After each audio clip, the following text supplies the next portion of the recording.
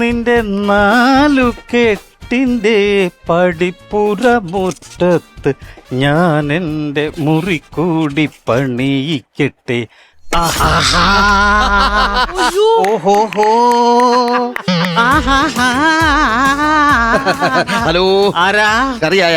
ഞാനിവിടെ പാചകം ചെയ്യുമല്ല, കറിയായോ എന്ന് എന്നോട് ചോദിക്കാൻ. ഞാൻ കറിയാ. ഇയാൾ കറിയാണെങ്കിൽ ചോറിന്റെ കൂടെ പോയിരിക്കുക, ആരെങ്കിലും വാരി തിന്നോളും. എന്റെ പേര് ആർക്കറിയാ?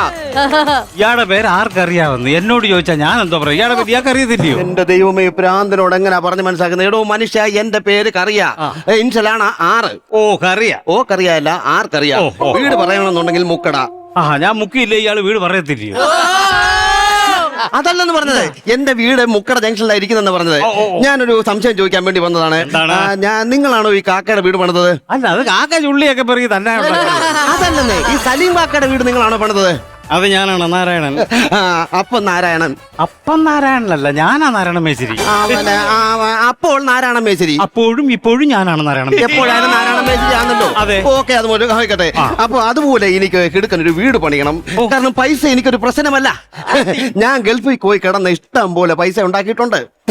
എന്നാ ഭീമൻ രഘുവിന്റെ ഈ ശരീരം വെച്ചോണ്ട് ഈ വാർത്ത എന്നോട് പറയാ അഭിമാനമുണ്ട്. എന്നാ ഗൾഫിൽ കിടന്ന് കാശുണ്ടാക്കി? മനുഷ്യ, ഞാൻ ഗൾഫിൽ പോയി അധ്വാനിച്ച് ഇഷ്ടം പോലെ പൈസ ഉണ്ടാക്കിയിട്ടുണ്ടെന്നാ പറഞ്ഞേ. അതുപോലെ എനിക്ക് അത് ആ വീട് പോലെ കിടക്കാൻ ഒരു വീട് ഉണ്ടാക്കി തരണം. അത് സൂപ്പർ ആയിട്ടുള്ള ഒരു വീട് ഉണ്ടാക്കി തരണം. അത് ഞാൻ ഉണ്ടാക്കി തരാം. അതിന് എത്ര രൂപ വേണം? അല്ല, ഇതിന് പൈസ ഒന്നും വേണ്ട, അത് ഫ്രീ എടുത്തോ. ഇതിനൊക്കെ ഡിമാൻഡ് ഉണ്ട്. അതാണോ ഞാൻ പറഞ്ഞത്? എടോ, എനിക്ക് അതുപോലെ സൂപ്പർ ആയിട്ടുള്ള ഒരു വീട് ഉണ്ടാക്കി തരണമെന്ന്. കഴിഞ്ഞ ദിവസമാണ് ഞാൻ ഈ സലീമിന്റെ വീട്ടിൽ പോയതേ. സലീമിന്റെ വീട്ടിലോട്ട് ചെന്നപ്പോൾ ആ വരാന്തയും ആ മുറിയും ആ ടോയ്ലറ്റിലോട്ട് കൊണ്ട് കയറി ചെന്നപ്പോൾ എന്റെ ഉള്ളിൽ നിന്ന് ഇങ്ങനെ തിളച്ചിങ്ങനെ വരുമായിരുന്നു, തികട്ടി ഇങ്ങനെ വരുമായിരുന്നു. ഞാനത് ഇവിടെ കൊണ്ടുവന്ന് ഇറക്കി വെക്കുന്നത്. ഇയാൾ അവിടെ പോയി ടോയ്ലറ്റ് കയറിയതല്ലേ, എന്നിട്ട് അവിടെ ഇറക്കി വെക്കാതെ അതും താങ്ങിക്കൊണ്ട് ഇവിടെ വന്ന് ഇവിടെ കൊണ്ട് ഇറക്കി വെച്ചാൽ ഈ ബംഗാളികൾ ഇത് ചവിട്ടി അകത്ത് കയറ്റത്തില്ലയോ? അങ്ങനെ പറഞ്ഞതല്ല, എന്റെ ഉള്ളിലെ ആഗ്രഹം അങ്ങോട്ട് പറഞ്ഞതാണ്. അപ്പൊ അതുപോലെ കിടുക്കൻ എനിക്കൊരു വീടുണ്ടാക്കി തരണം. വീടുണ്ടാക്കി തരാം, പക്ഷെ അതിന്റെ ചെലവെന്ന് പറഞ്ഞു കഴിഞ്ഞാൽ വീടിന് എന്തൊക്കെയാണ് ആവശ്യമെന്ന് പറഞ്ഞാലേ നമുക്ക് അത് ചെലവ് പറയാനൊക്കെ. അത് ഞാൻ പറഞ്ഞുതരാം. എന്തെന്ന് പറഞ്ഞാൽ എന്റെ കൺസെപ്റ്റ് എന്ന് പറഞ്ഞാല്, ഞാൻ കിടന്ന് ഉറങ്ങിക്കഴിഞ്ഞിട്ട് ഉണർന്ന് രാവിലെ എണ്ണിക്കുമ്പോൾ എനിക്ക് സൂര്യനെ കണ്ടെണ്ണിക്കും. അപ്പൊ മേക്കൂര വേണ്ട. ഇത്രയും വലിയൊരു മേശരിയായിട്ട് ഇങ്ങനെ വിവരക്കേട് പറയാതെ. എന്റെ കൺസെപ്റ്റ് നിങ്ങൾക്ക് മനസ്സിലാകാത്തോണ്ടാണ്. വീട് വെക്കുന്നെന്ന് പറഞ്ഞാൽ ആ വീടിന്റെ സ്പർശനം കിഴക്കോട്ടായിരിക്കണം. ഈ ചുണ്ടിന് താഴെ ചട്ടി ഇട്ടോട്ട് വന്ന് വിവരക്കേട് പറയും. ദർശനമല്ലെന്ന് ദർശനം. ദർശനം അത് വേണം. അത് വേണമെന്ന് പറഞ്ഞാൽ അതിന്റെ കൂടെ തന്നെ വീടിന്റെ ഫ്രണ്ടിലുണ്ടല്ലോ, വീടിന്റെ ഫ്രണ്ടിൽ എന്ന് പറഞ്ഞാൽ നമുക്ക് തൊട്ടിൽ കിട്ടാനുള്ള ഒരു സൗകര്യം വേണം. ഞങ്ങളുടെ അച്ഛനെ കിടത്താൻ വേണ്ടിട്ടാ. അച്ഛൻ കുഞ്ഞുമാവയാന്ന്? അങ്ങനല്ല, അച്ഛൻ പ്രായമൊക്കെ ഇല്ലയോ, അവത്തെ കിടന്ന് ഇങ്ങനെ പത്രം വായിച്ചുകൊണ്ട് ഇങ്ങനെ കിടക്കണം. തൊട്ടിലല്ല, ആട്ടുകട്ടിൽ. അത് വേണം. പിന്നെ വേറൊരു പ്രശ്നം എന്ന് പറഞ്ഞാൽ ഞങ്ങളുടെ കുടുംബ വീടിന്റെ തൊട്ടപ്പുറത്താണ്. അപ്പൊ അതിന്റെ ഒരു മെയിൻ്റെനൻസ് കൂടി ചെയ്യണം. അത് ഞാൻ ചെയ്തു തരും. കാരണം എന്റെ ഭാര്യ അവിടെ ഒറ്റയ്ക്കാ താമസിക്കുന്നത്. അപ്പൊ അതിന്റെ ഫ്രണ്ടിൽ എന്തൊക്കെ ഉണ്ട്? അവിടെ ഫ്രണ്ടിൽ എന്ന് പറഞ്ഞാൽ അവിടെ നെറ്റിയുണ്ട്, മൂക്കുണ്ട്, ചുണ്ടുണ്ട്, ഇത് ഈ നെറ്റിയുടെ ഇതൊക്കെ പുറകിലാണോ ഭാര്യ താമസിക്കുന്നത്? അതല്ല, എനിക്ക് മനസ്സിലായില്ല. വീടിന്റെ ഫ്രണ്ടിൽ എന്തൊക്കെ ഉണ്ട്? വീടിന്റെ ഫ്രണ്ട് നമ്മൾ നോക്കണ്ട, ചെതല, മൊത്തം ചെതല. അപ്പൊ സൈഡോ? സൈഡ് എന്ന് പറഞ്ഞാൽ ചെതലോട് ചെതല. പുറകുവശം എന്ന് പറഞ്ഞാൽ ചെതല് കൊണ്ട് അഭിഷേകമാ. അപ്പൊ ചെതൽപുറ്റിനകത്താ ഭാര്യ താമസിക്കുന്നത്. അവളെ നമുക്ക് കുറ്റം പറഞ്ഞിട്ട് കാര്യമില്ല. തൂക്കാതെയും വരാതെ ഒക്കെ ഇട്ടോണ്ടാ.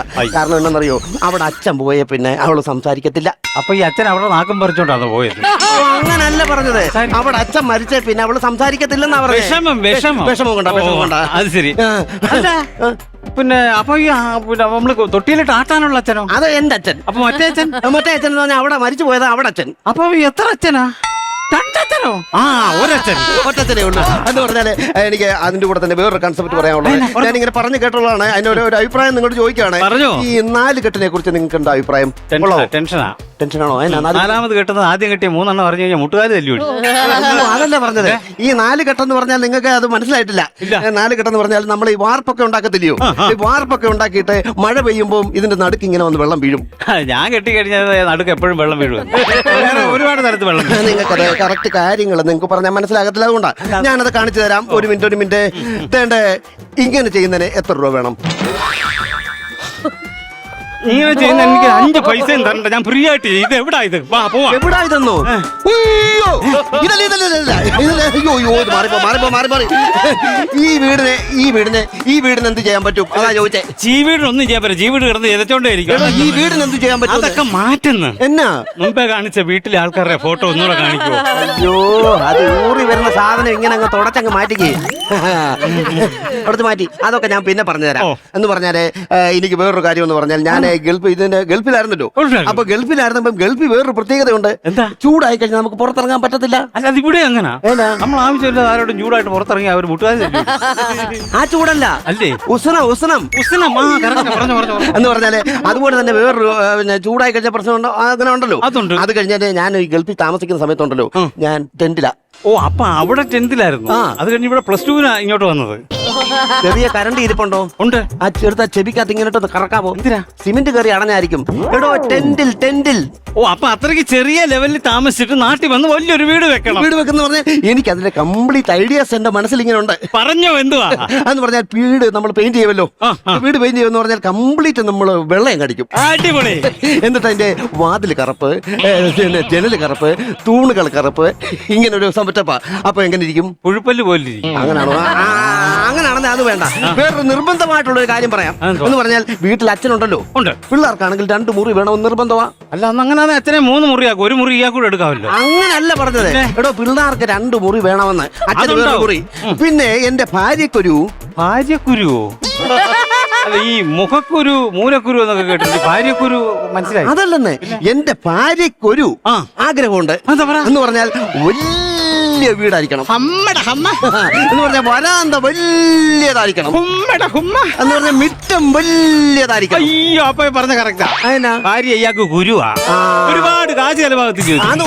അതുകൊണ്ട് തന്നെ ഒരു കുഴപ്പമില്ല. ഇഷ്ടംപോലെ പൈസ എന്റെ ഉണ്ടല്ലോ. ഉണ്ടോ? പൈസ ഉണ്ട്. വീട് എന്നോട് പറ എപ്പ വീട് പണി തുടങ്ങണമെന്ന്. ഒരു മിനിറ്റ്.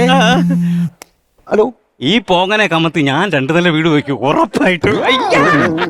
അയ്യോ വേണ്ട, വീട് പണി ഞാൻ ക്യാൻസൽ ചെയ്തു. അല്ല ഞാൻ ഏർപ്പാടാക്കി. വേണ്ട വീട് വലിയ പ്രശ്നമാണ്. വീട് പണി ക്യാൻസൽ ചെയ്തു. എന്തോ പ്രശ്നം? തീവപ്പ് നടന്നു. അതിനെക്കാട്ടി വലിയ പ്രശ്നം. കോടതിയിൽ കേസ് നടന്നു. അതിനെക്കാട്ടി വലിയ പ്രശ്നമാണ്. അതിനെക്കാട്ടി വലിയ പ്രശ്നം. എന്റെ പെണ്ണുമ്പോൾ സംസാരിക്കത്തില്ലെന്നല്ലേ പറഞ്ഞത്. ഇന്ന് രാവിലെ തൊട്ട് അവള് സംസാരിച്ചു തുടങ്ങിയത്. അതിനിപ്പോ എന്താ വീട് വെക്കുന്നതിന്? ഇത്ര കാശ് മുടക്കി വീട് വെച്ചിട്ട് എനിക്ക് പിന്നെ സമാധാനത്തോടെ കിടക്കാൻ പറ്റുമോ? പറ്റത്തില്ലേ? ഇല്ല.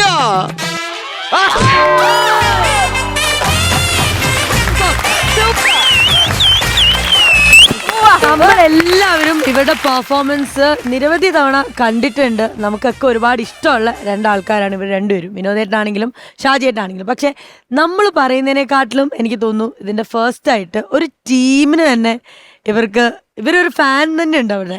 നിങ്ങളുടെ ഫാൻസ് ആട്ടോ ഇതായിരിക്കുന്നത്. അവരാദ്യം തന്നെ സംസാരിക്കട്ടെ. ഏട്ടന്മാരെ ഭയങ്കര ഫാനാണ്. 2 മുതൽ ഏട്ടന്മാരെ 2 സ്കിറ്റ് കാണാറുണ്ട്. ഭയങ്കര സിംഗും ഭയങ്കര കോംബോ ആണ് ഇവര്. ഇന്ന് ലൈവായിട്ട് കണ്ടിട്ട് ഇഷ്ടപ്പെട്ടോ? ഭയങ്കര ഇഷ്ടമായി. ഭയങ്കര എൻജോയ് ചെയ്തു. ഭയങ്കരമായിട്ട് എൻജോയ് ചെയ്തു. അടിപൊളിയായിരുന്നു. സൂപ്പർ. യെസ് ശ്വേത ചേച്ചി. എന്തായാലും ഞാൻ നേരിട്ട് ഷാജിനെ കാണാൻ പറ്റും.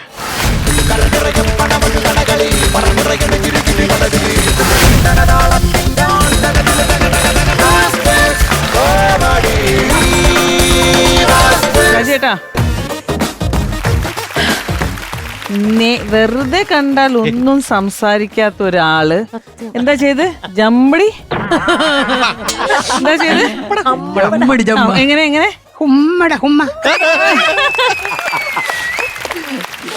സൂപ്പർവായിരുന്നു.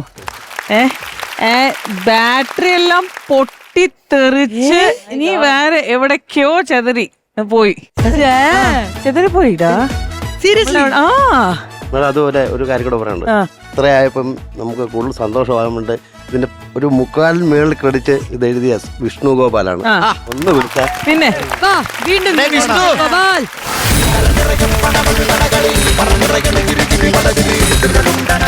നമ്മള് പറയില്ലേ, നമ്മളെല്ലാവരും നല്ല ആർട്ടിസ്റ്റാണ്. ഒന്നുമില്ലെങ്കിലും നല്ലൊരു സ്ക്രിപ്റ്റ്, നല്ലൊരു ഡയറക്ടർ കിട്ടിയാൽ എന്ത് വേണമെങ്കിലും നമുക്ക് ചെയ്യാം. അത് വിഷ്ണു ഒരുപാട് ടൈം നിങ്ങൾ തെളിയിച്ച് തന്നിട്ടുണ്ട്. അപ്പോൾ ഇതിന് മുമ്പേയും ഷാജി ഏട്ടനും എന്താ പറയുക വിനോദേട്ടനും ഇവിടെ പെർഫോം ചെയ്തിട്ടുണ്ടെങ്കിലും I think this was one of the best.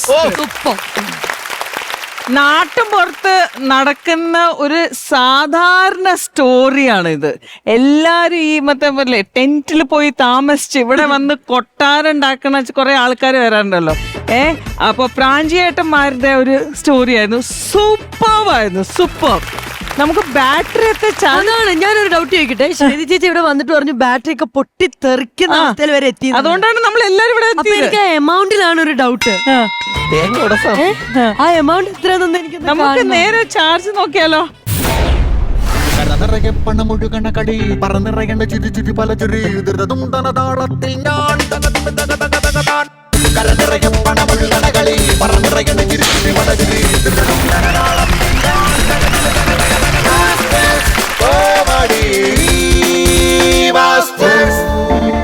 ഇതിന് ഒരു വലിയൊരു പങ്കുണ്ട് നമ്മളുടെ ഈ ഒരു ഓഡിയൻസിന് വേണ്ടി. ബിക്കോസ് നിങ്ങൾ സൂപ്പർ ഓഡിയൻസ് ആയിരുന്നു. സത്യം. നിങ്ങൾ കൊടുത്ത പ്രചോദനത്തിന് ഇവരുടെ ലൈൻസ് ഒന്നും ഇവർ മറന്നില്ല. കറക്റ്റ് കൗണ്ടേഴ്സ് ഇങ്ങനെ വന്നുകൊണ്ടിരിക്കുകയുണ്ടായിരുന്നു. സൂപ്പർ. നിങ്ങൾ ഓഡിയൻസ് വൈസ് സൂപ്പർ ഓഡിയൻസ് ആയിരുന്നു. ഓക്കെ വിഷ്ണു, എന്താണ് പറയാനുള്ളത്? സന്തോഷം. അത് ലാസ്റ്റ് ടൈം ഇതേ വേർഡാണ് പറഞ്ഞത്. ഈ പ്രാവശ്യം കുറച്ച് വേറെ നമുക്ക് ഡയലോഗ് പഠിച്ചാൽ. ഞാനൊരു 4 വർഷമായിട്ട് ഇവരുടെ സ്കിറ്റ് എഴുതിക്കൊണ്ടിരിക്കുന്ന ഞാനാണ്. അപ്പൊ ആദ്യമായിട്ടാണ് എന്നെ പല വേദിയിൽ ഞാൻ അവരുടെ കയറിയിട്ടുണ്ട്. അതൊന്നും പുറത്തു വന്നിട്ടില്ല. ആദ്യമായിട്ടാണ് ഇത് പുറത്തു വരുന്നത്. അതിന് വളരെ സന്തോഷമുണ്ട്. അയ്യോടാ. അപ്പൊ കൊടുക്കണ്ടേ? അതെ കൊടുക്കണം. ഒന്ന് മാറും. ഇവിടെ എല്ലാം കള്ളന്മാര് കുറേ ചെയ്യുന്നത്. നിങ്ങൾ 3 പേരും എന്താ? നിങ്ങൾ 3 പേർക്കുള്ളതാണ്. ഇവിടെ നിന്നോ. ഇത് നമുക്ക് ഈ പൈസ ഇതാ നിങ്ങളുടെ അക്കൗണ്ടിൽ ഷാജിയേട്ടൻ വിനോദേട്ടൻ ഇതാ സൂപ്പർ. 50,000 rupees credit ആയിരിക്കാണ്. വരുന്നു.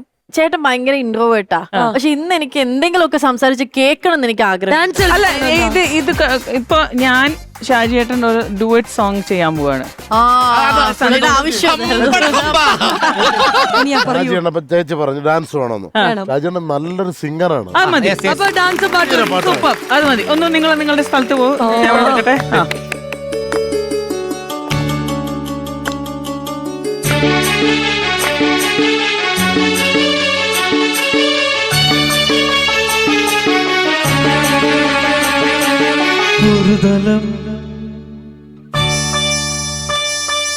ഒരു തലം മാത്രം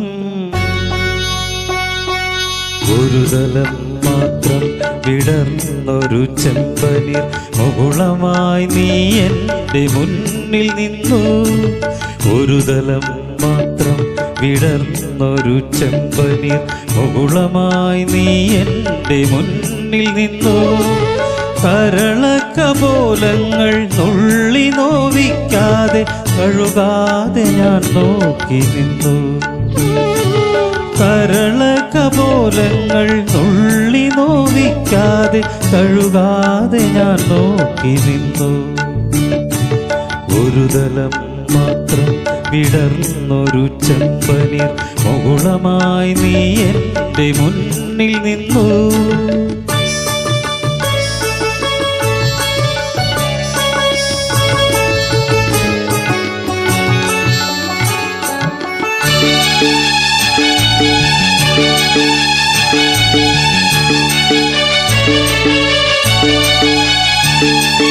കൂടുകൾക്കുള്ളിൽ കുറുകിയിരിക്കുന്നു മോഹങ്ങൾ. കൂടുകൾക്കുള്ളിൽ കുറുകിയിരിക്കുന്നു മോഹങ്ങൾ. പറയാതെ കൊക്കി ഒതുക്കിയതെല്ലാം വിരലിൻ്റെ തുമ്പിൽ തുടിച്ചു നിന്നു. പറയാതെ കൊക്കിൽ ഒതുക്കിയതെല്ലാം വിരലിൻ്റെ തുമ്പിൽ തുടിച്ചു നിന്നു. ഒരു തലം മാത്രം വിടർന്നൊരു ചെമ്പനീർ മുകുളമായി നീ എൻ്റെ മുന്നിൽ നിന്നു. കരളക്കപോലങ്ങൾ നുള്ളി നോവിക്കാതെ കഴുകാതെ ഞാൻ നോക്കി നിന്നു. ഒരു തലം മാത്രം വിടർന്നൊരു ചെമ്പനീർ മുകുളമായി നീ എൻ്റെ മുന്നിൽ നിന്നു.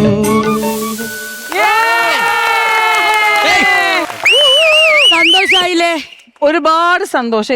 ഇതൊക്കെ എനിക്ക് വേണ്ടിയിട്ടാ പാടിയത്. അത്രേ ഉള്ളൂ. അതെ. പക്ഷെ അല്ലേ ഞങ്ങൾ ഷാജിയേട്ടാ? എല്ലാവരും happy. Thank you ഷാജിയേട്ടാ. നമുക്കും ഇത്തവണ പാട്ട്, അടുത്ത തവണ ഡാൻസ്. പ്രോമിസ് ചെയ്യോ? 4 വരി പ്രോമിസ്.